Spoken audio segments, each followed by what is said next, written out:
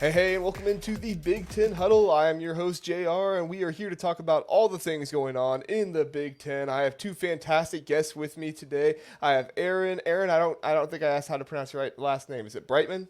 It is. Okay, Brightman. All right, my guess was correct. We have Aaron Brightman in Verts. Aaron covers Rutgers for the Scarlet Faithful, and Verts is from Twitter. You can find him there, and he'll tell you how to find there. But first, let's go to Aaron. Aaron, can you plug yourself, your show, whatever you want to plug real fast?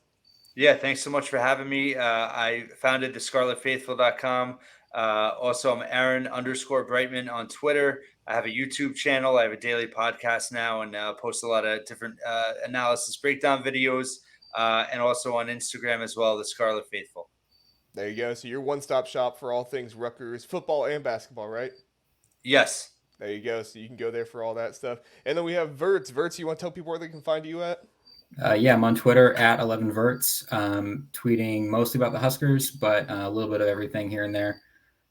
Some analysis, some jokes, and some trash talk. So a little bit of everything there too. There you go. What else could you want on Twitter? Jokes, trash talk, analysis. That's what we What all it's go there for. for.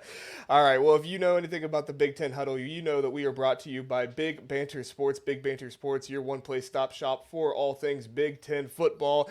We are working on getting together a podcast for every team in basketball right now, so check back for that later on. We have most of the teams ready, but we're still looking to finish that out before the basketball season comes. And then if you like this show, please like and subscribe. Let us know what you think in the comment section about anything we talk about. We have episodes every Monday, Wednesday, and Thursday. Right now, we're going through a lot of game breakdowns. We're talking a lot about the players, those kind of things. So definitely let us know your thoughts on what's going on in the Big Ten and the things we talk about. Today, we are going to talk about Michigan State. We're not going to talk about Mel Tucker. He's been covered crazy, so don't worry. We're going to be talking about the team going forward. What are they going to look like this season? And what does the head coaching job at Michigan State look like? Is that something that is attractive to other coaches, or is that something where they might have to go for a coach somewhere else that maybe isn't quite as well known? We'll also talk about Big Ten quarterbacks. We've seen 2 games already from most of these guys, and we'll kind of get into thinking about, hey, who's kind of top tier, who are maybe some sleepers you're not thinking about, those kind of things. And then we'll also talk about this weekend. We'll do some upset alerts if there's any Big Ten teams who might be on upset alert, or if there are any Big Ten teams who could be upsetting somebody else this weekend. So let's just get into our first topic, the future of Michigan State. So everybody knows what's going on with Mel Tucker. It looks like he is being suspended to eventually be fired. We don't know that for sure, but that's what most people are anticipating. But my question to you guys, Aaron, we'll start with you. Will you see players rally and maybe play better this season with Harlan Barnett and Mark D'Antonio there? Do you think this is maybe going to get worse and maybe they won't play as well? What's kind of your outlook for the rest of the season for Michigan State? Yeah, I mean it's obviously a very fascinating situation. I think what's interesting is that they really hadn't had to deal with the adversity of this scandal. It literally came out of the blue, at least in public perception this past weekend. So it hasn't necessarily been a distraction so far. The fact that he's suspended, they don't have that 30-day window to enter the portal. I think one thing that will be interesting to watch is if guys all of a sudden start taking themselves out and want to redshirt the year to preserve a year of eligibility. That's something I'm kind of looking at, especially with Rutgers playing them in that fifth game of the season. But I think that, yeah, this could certainly serve as a galvanizing moment for the team. But I think it also doesn't necessarily take away, the deficiencies that this team already had on the field coming into the year. But it certainly, could rally the troops for sure. It's going to be very interesting to see how they handle it from within. For sure, for sure. Verts, what's kind of your thoughts here? Yeah, I think you're exactly right. It's not whether they get fired up or not. That's not going to fix some of the issues that they may have had coming in, but it can be depending on how they react to it. It could be, like you saw the Michigan players with their like free Harbaugh shirts. Like if they feel particularly aggrieved by this, like you said, it got dropped on them in the middle of the week on a game week. If they feel like they've had their coach, taken from them, this is the guy I came to play for. We're going to get fired up and go play for Mel, for better or worse, whatever that situation ends up being legally. This is at least a guy that they came to play for, so they might go out there and really give it their all for the interim guys too. They do have some deficiencies, but they also have a really big time matchup coming up this week too, which we'll I'm sure get to at some point. But it's they have an opportunity to really prove something this week. Yeah, for sure. Well, let's just go ahead and talk about the matchup this week, if you guys don't mind. I mean, we have Washington coming in to Michigan State this year. Obviously, it was a tough game for them last year. People favored Michigan State last year. I don't remember if they were favored by the odds, but I know a lot of people going into that game thought Michigan State, had a really good chance of winning it. But this year, we're looking at a team that doesn't have their head coach, lost two of their best offensive players in the transfer portal, and though they've looked good these first two games of the season, it's not really been great in terms of the competition they've played. So they're still kind of a mystery. I mean, obviously they're looking good, but you just never know what can go on with that kind of stuff. Aaron, do you have any thoughts about the game this weekend and what we might see from Michigan State versus Washington or anything along those lines? Well, I mean, obviously Penix is, a tremendous quarterback, and he's so talented. And Michigan State struggled with him when he was at Indiana in the Big Ten. So I don't think their defense is great, and I think that they're going to struggle to contain the Washington offense, like you said. Offensively, they've lost some key playmakers. I'm curious as a Jersey guy. Jalen Berger, what can he do? Can he step up now and maybe be more of a consistent producer for them in the run game? But I think Michigan State is going to struggle to be able to score enough points to hang with Washington. Yeah, for sure. Washington has that high-powered offense, and definitely if you don't have the star power, it's going to be hard to make that happen. Verts, kind of what's your thought on this whole Michigan State-Washington game coming up? Yeah, I mean it's definitely an opportunity. It's a big time top 10 opponent coming into your house. You can definitely make a statement given everything that's happened and really kind of put the football first and get everything else behind you. Unfortunately, I don't know that they have the guys to do that. I mean, they're right now. I think I saw the line at 14 or something like that. No one has a lot of faith in them, including the odds makers. So I mean, I would love it. It'd be great for the kids if they could go out there and play a tough game on Saturday night. But I just don't know that they have the talent to really hang with that attack in Washington.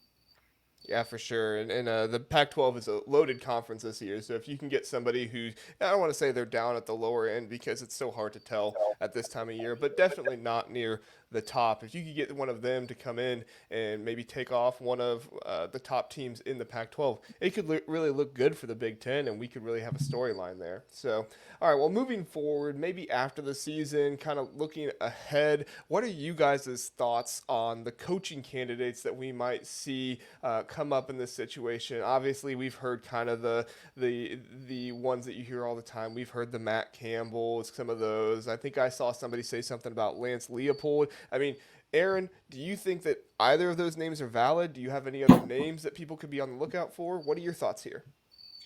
Yeah, I mean, obviously those names. I mean, Lance Leopold, I feel like is going to be on everybody's list. I think he's got a pretty good deal there at Kansas right now because he doesn't have to deal with a lot of pressure. But I think Michigan State's a unique position because of also just the culture there in terms of a lot of things that they've experienced. Recently in terms of negative stuff that's happened, and it's always cliche when you talk about a new coach, new culture. But I think they need to hire somebody that can really help, I think, heal some wounds and give them a fresh start from a culture perspective. I really like Kleiman at Kansas State. Obviously, he's doing a great job there, but I think he's someone that, they'll probably target. In terms of connections, past staff, it's going to be interesting to see. I think they'll start fresh. I don't think they're going to bring in someone that's ever, worked. Maybe D'Antonio is going to push for somebody that's worked there before. But I think it can't hurt to pick up the phone and try Leopold. But I think that would be a home run hire. But I don't necessarily think it's realistic. But I really like Kleiman at Kansas State, and I think that that's someone that they should really go after. Yeah, I think when you look at Big 12 guys like Leopold and Kleiman and even Matt Campbell, you look at the Big Ten's media deal and how much money they have. And so, really, that's the biggest selling point for a school like Michigan State, who obviously they're dealing with this difficult thing going on with Mel Tucker, but they could go to one of these coaches and say, hey, look, how much are you making at Kansas State? How much are you making at Kansas? we can provide you more than that, and just get into a bidding war that most likely, if they're going to use the money that they've gotten from this media deal the right way, they could go into and pay more money than what other people could. Verts, kind of what are your thoughts on a coaching candidate in the future? Yeah, I think that you're right with that. The Big Ten could definitely throw some cash at people that otherwise may not, based on situation alone, make that move. Like you said, Aaron, Lance Leopold has a great situation at Kansas, but money talks. They might be able to lure him. I think that we could definitely look at a couple of the guys who made moves this past offseason, whether it was because they were not hired or because they took actually a demotion. That like Jim Leonard, coming from not getting the Wisconsin job, just took an analyst job, not getting tied down. I think he might have played this really perfectly. Obviously not preying on anyone's downfall, but knowing that one of those big jobs in the Big Ten might come open, he has that ability to just slot right in. He was interim coach, by all means, by all accounts, well liked. Has the coaching resume to really qualify for that job.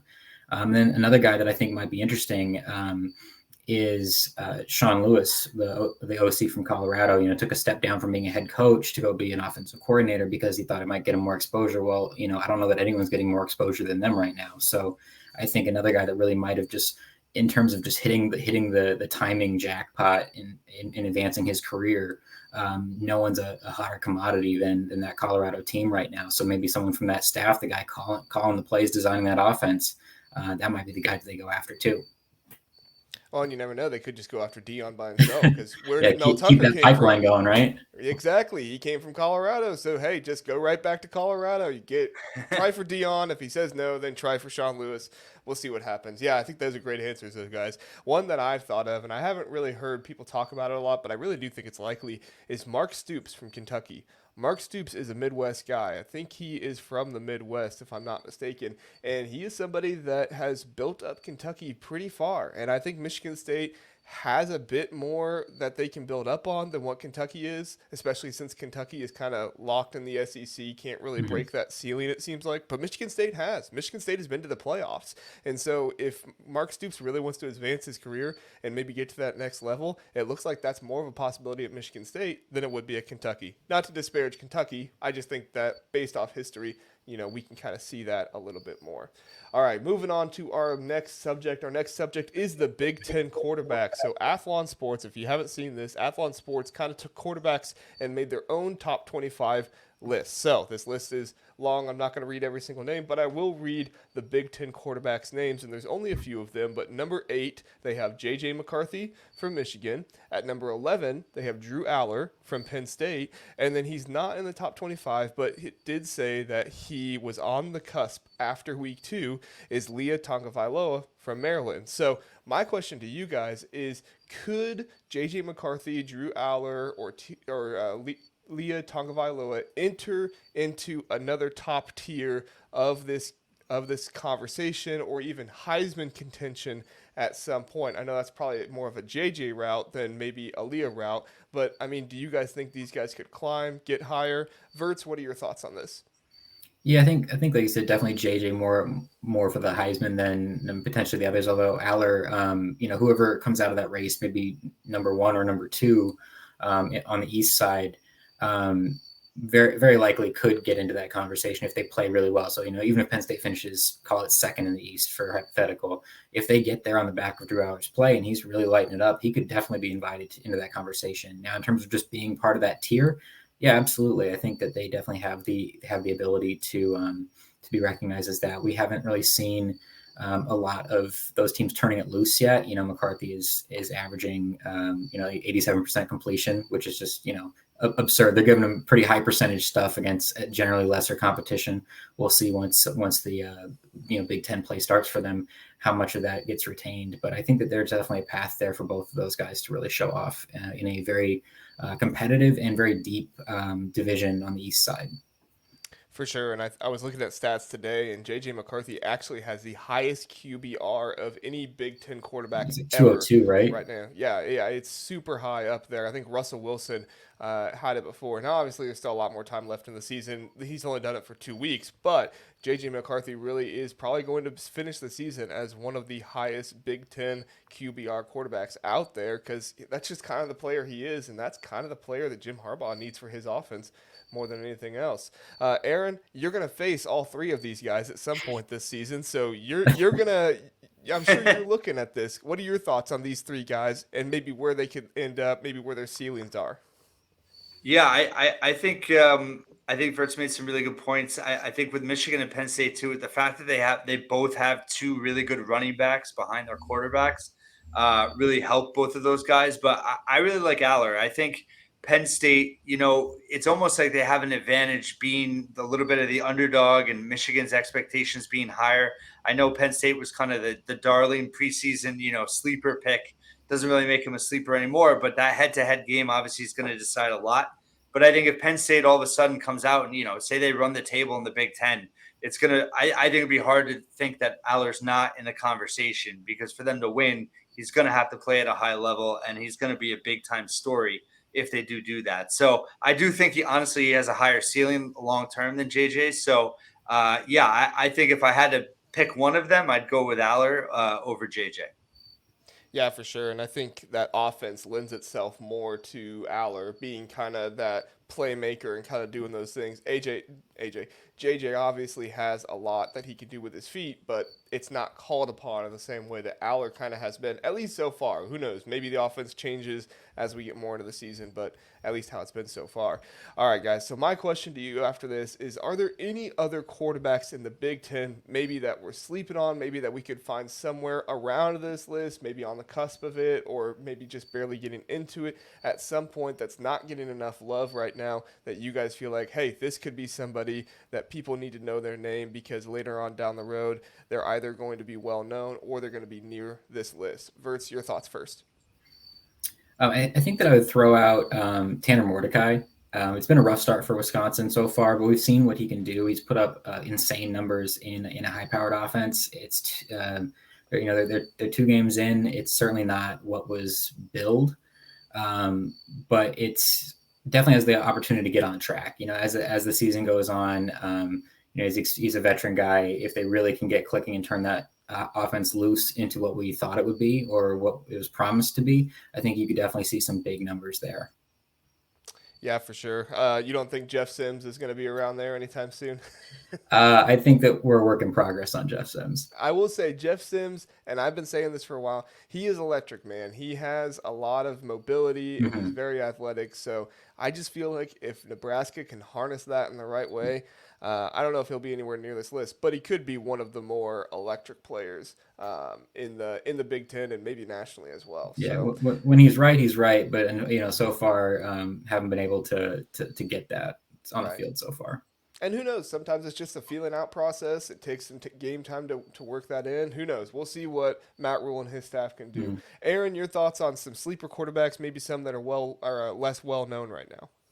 Yeah, one last point that I want to get a dig in is, we know Franklin will run up the score. So Aller is, I think Harbaugh, he'll play it more conservative. Aller's going to have more opportunities too. So Penn State will, continue to run that offense. But yeah, I'm going to plug, the Rutgers quarterback, Gavin Wimsatt.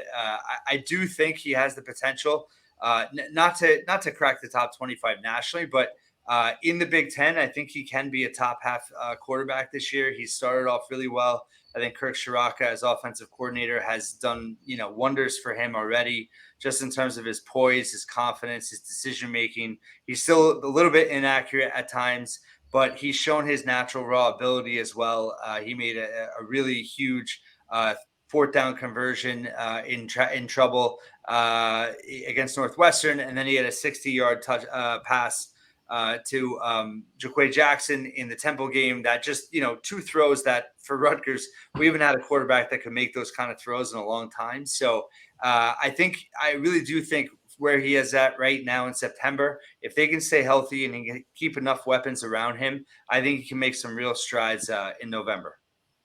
Yeah, and if people don't know, Gavin Wimsatt, I mean, he was a 4-star recruit according to 24/7, and if I'm not mistaken, I think he was a top 25 quarterback as well. So he's Top got 100 talent. recruit too. Top 100 recruit, yeah. So I mean, he's got talent, and he's somebody that people can look at and say, hey, if he's just developed the right way. Of course, he's young. What was he in the 2021 or 2020 class? So he's still young, but he definitely has some room to grow and do those things. So yeah, I think that's a great point on him.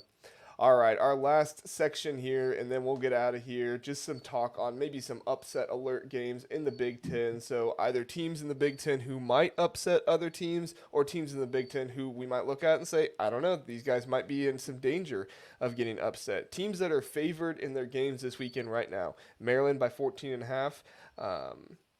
Penn State is favored by 14.5 over Illinois. Wisconsin is favored by 19. We have Rutgers favored by 7. Iowa's favored by 28.5. Ohio State favored by 28.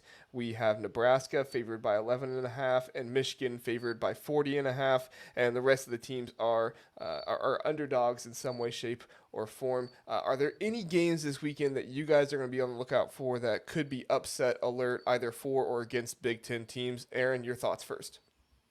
Yeah, this might sound weird, but I feel like Louisville going to Indiana. I mean, are we really sure that Louisville is that much better?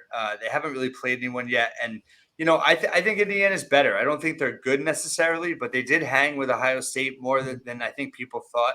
And Louisville doesn't play particularly well on the road traditionally. So I think that's a game that, at least spread wise, they could cover. But I think they could end up winning that game. And then I'm curious about Minnesota at North Carolina. North Carolina is really good, but I do like Minnesota's defense a lot. And if they could kind of make that a slugfest, I think that would be interesting if they're in that game in the fourth quarter.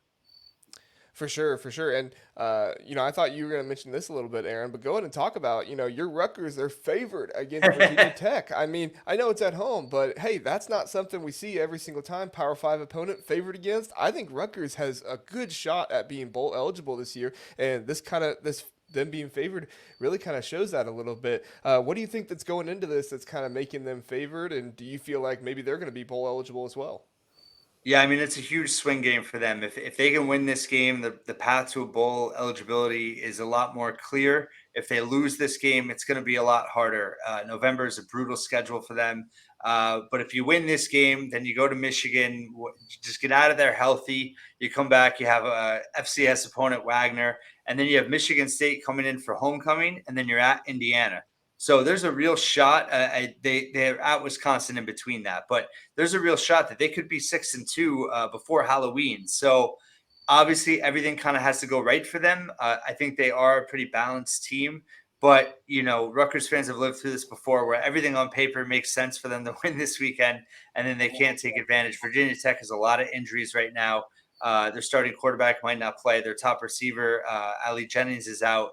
They just lost their starting tight end. Their other receivers banged up. So it's for the taking for them. I think they have to play mistake-free football, and it starts to whims it. But yeah, it's certainly reason for optimism, but I don't think is a sure thing by any means.